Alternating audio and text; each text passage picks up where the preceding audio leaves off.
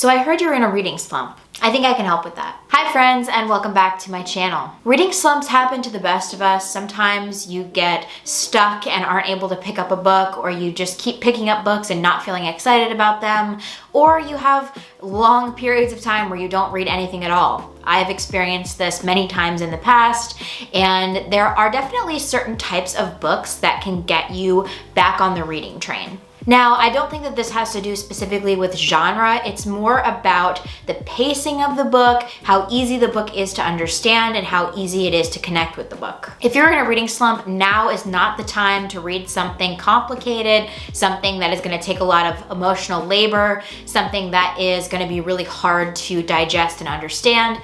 You need something that's going to immediately grab and hold your interest, and something that doesn't require a ton of brain power to enjoy. So that being said, all of the books that I'm gonna recommend to you in this video are either 4 or 5-star reads for me. Now, not every single one of these has to be a 5-star read for me to recommend it to you. For me, a 4-star read means that I very much enjoyed the book. I just saw some potential flaws with it and could not give it a 5-star due to these things that I felt were lacking. Or it just may not be a book that I would consider a #1 favorite of mine. Usually my 5-star reads are left for my absolute favorite books, so a 4-star read is still a very good recommendation from me. All right, we're gonna kick this off with 2 books that I have read pretty recently, and I don't have physical copies, so I will just put the cover on the screen. The first one is Hungerstone by Kat Dunn. Hungerstone takes place in the Victorian era and follows the main character Lenore and her husband Henry, as well as a surprise visitor to their home, Camilla. Lenore has a tragic backstory in which her parents died in a carriage accident, and as her and her husband are traveling to their new home, they come across a woman who has also been in a carriage accident, and they take her in to try to nurse her back to health. This woman, Camilla, ends up igniting all of these feelings in Lenore, feelings that she had for years and years and just tamped down, feelings that she's never acknowledged to herself before, and Camilla helps her act on those impulses and feed the right types of hunger. So this book is a retelling of the book Carmilla and explores some different themes, but holds on to the central concepts. It is a vampire story, but it is done in such a way that still feels literary, but also really fun and fast-paced and keeps your attention throughout the entire book. I was surprised that I enjoyed this one so much. I typically don't go for like paranormal kind of stories or paranormal stories that have the element of romance in it. It's not something that I tend to lean towards, but I really enjoyed the dynamics between Lenore and Carmilla and the character development that Lenore experiences, and overall I really liked the writing style. Why I think this is a great book for a reading slump: it is very fast-paced, it's easy to fall into, I was never bored when reading it, and there are so many books coming out right now that have a similar vibe and feel to them. So if you really enjoyed this book, there are lots of other books that are in the same vein that you can continue on to read. So that is Hungerstone. Moving right along to my second book that I don't physically have, it is The Husbands by Holly Gramazio. This was an anticipated book for me, and I was not disappointed. Now, I will tell you up front that this is not a perfect book by any means. There is a section in the center that feels a bit repetitive and possibly could be cut down, but I did not feel like this contributed to a reading slump for me. In fact, this book went super quickly. I was still very interested throughout the book and had so much fun with the premise. So even though the execution wasn't a 5-star for me, I still think that this book is really fun and worth the read. So this book follows our main character named Lauren, who lives by herself in a London flat, and all of a sudden she comes home and is greeted at the door by a husband that she doesn't remember, a husband that she doesn't know, and somehow there are all of these things that prove to her that this man actually is her husband. So he goes up into the attic and down comes another man, and this cycle perpetuates as Lauren tries to figure out what kind of person she actually wants to be with and cycles through these husbands. At first you're wondering if this is some kind of psychological thriller or horror book.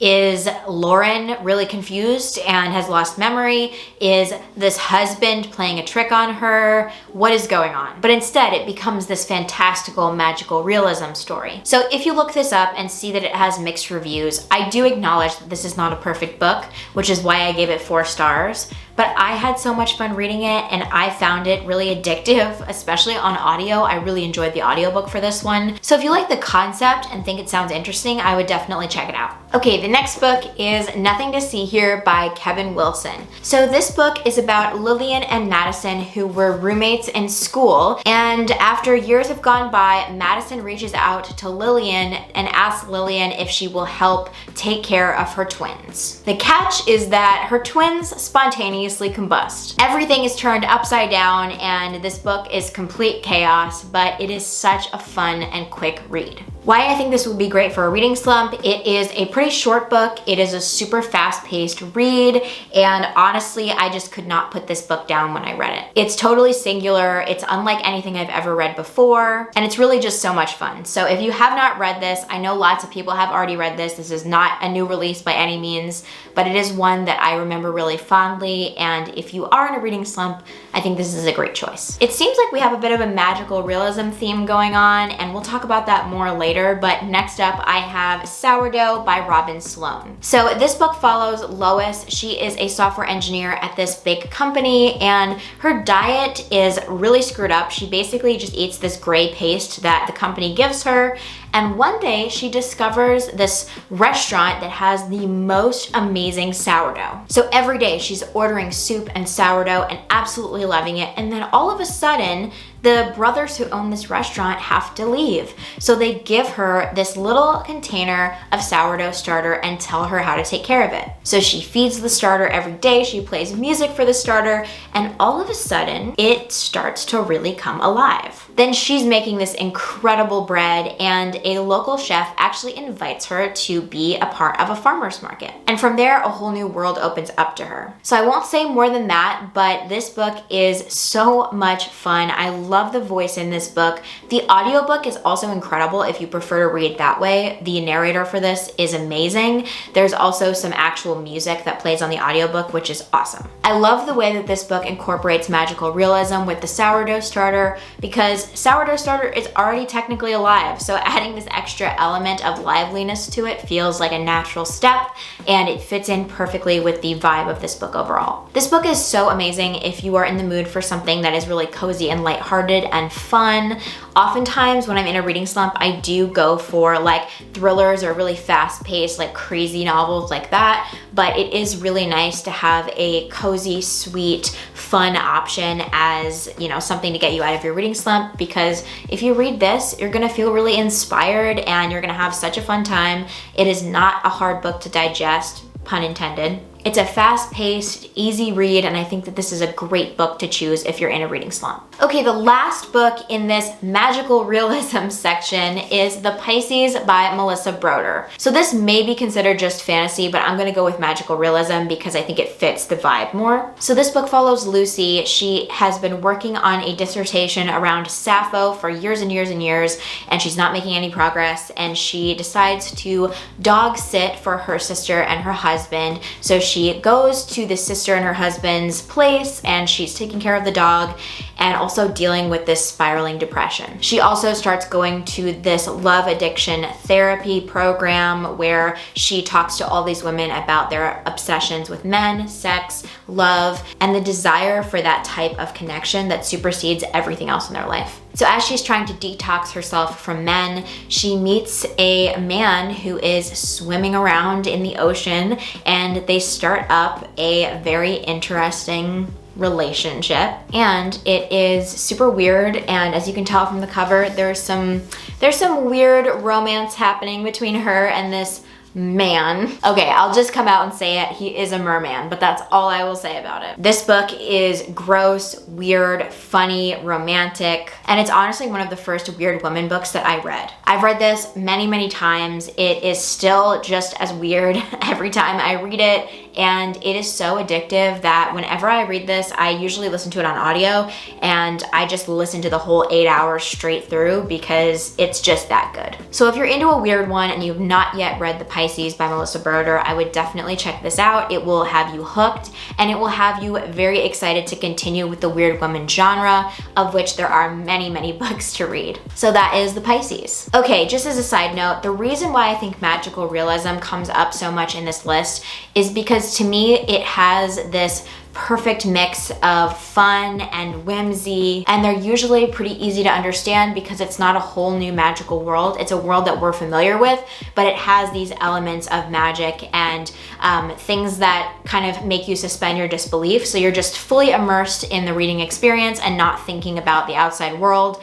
But it doesn't take a lot of mental effort to understand the system of magic or whatever. Okay, so I want to talk about a couple more books that don't really fit into a specific category, and then we'll end with some kind of fun thrillers. So this next book is a recommendation on its own, but it's also a stand-in for any book that you remember super fondly from your childhood. So this one is Sapphi's Angel by Hilary McKay. This is actually a whole series, but this is the first one. This one follows the Casson family, and it is a middle grade book. All of the siblings have color names as both of their parents are artists. So Sapphi is actually the cousin, but she's been adopted into their family, and when their grandfather dies, he leaves something specific to Sapphi. So the book is a quest of her trying to find this thing that he has left for her. It's an angel, and she is discovering more about herself and her family in the process. So I absolutely love this series and this book. It is very British, it's very fun,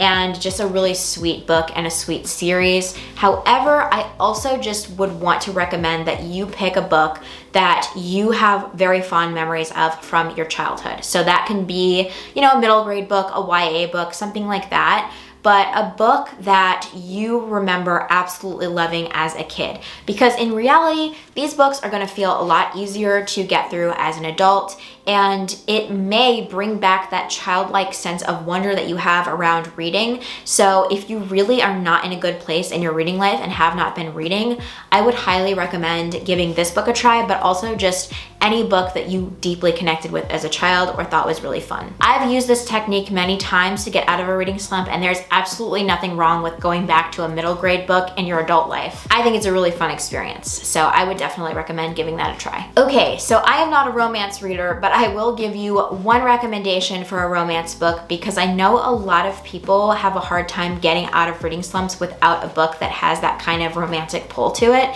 So the one that I would recommend is Get a Life, Chloe Brown by Talia Hibbert.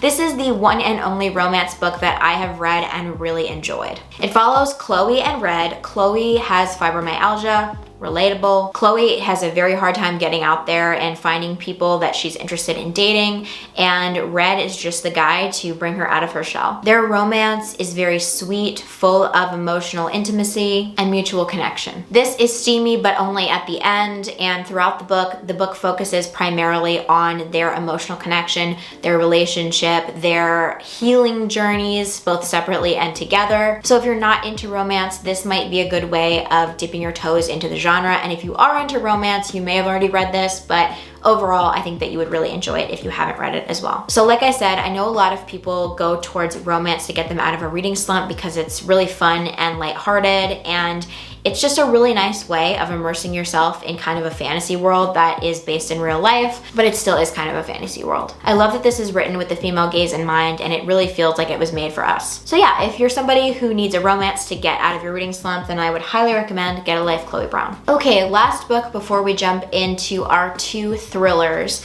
I have Such a Fun Age by Kylie Reed. So I'm sure you've heard of this book, and I've talked about it many times, but generally it follows a woman named Amira, who is a Black babysitter to a affluent white family. So it bounces between perspectives of Amira and Alix, who is the mom. One late night, Alix calls Amira and asks her to watch their little girl Briar. They've been egged and the police come, and she just wants her little girl to be out of the house. While Amira is watching Briar at a local grocery store, someone alerts security that they believe that Amira had basically kidnapped Briar because Briar is white and Amira is Black. They also point out that she's not dressed to babysit as she had just come from her friend's birthday party. So the security guy confronts Amira, and everything is gotten on video by this man named Kelly. So this all sort of settles down, and she runs into Kelly after the fact, who emails her the file and tells her that she should probably pursue that.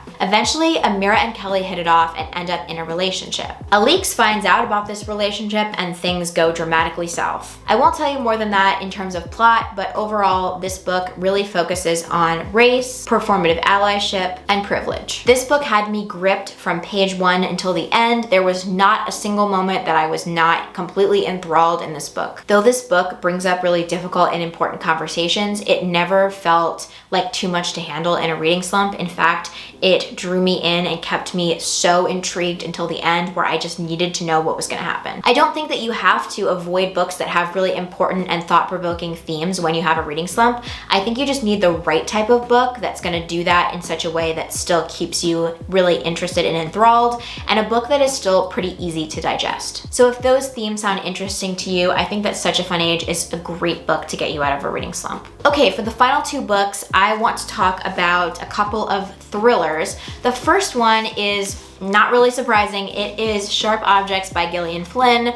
Now, I don't know how much I really need to tell you about this. This is a pretty well-known book. Essentially, this book follows a journalist named Camilla Preaker who has escaped her small town and is called back to report on a murder that happens in the small town where she grew up. She gets very invested in learning what happened to this girl, and as things start to get weirder and weirder, we are just taken down this rabbit hole of her childhood, her family life, and what is really going on inside her home. Even though this is not a perfect book by any means, it is super addictive and engrossing. It's a total page turner, and I did not know what was going on until right up until the end the first time I read it. I also think that it does hold up. If you've already read it, I would still read it again. Even though you know the twist, I still think that it's a really fun read, even if you already know what's gonna happen. I actually like this one better than Gone Girl, but Gone Girl is also a really great one if you're looking for a fast-paced thriller. So that is Sharp Objects. So for me, I feel like when I'm in a reading slump, I really don't want to think too hard, and a lot of the times thrillers are things that I can just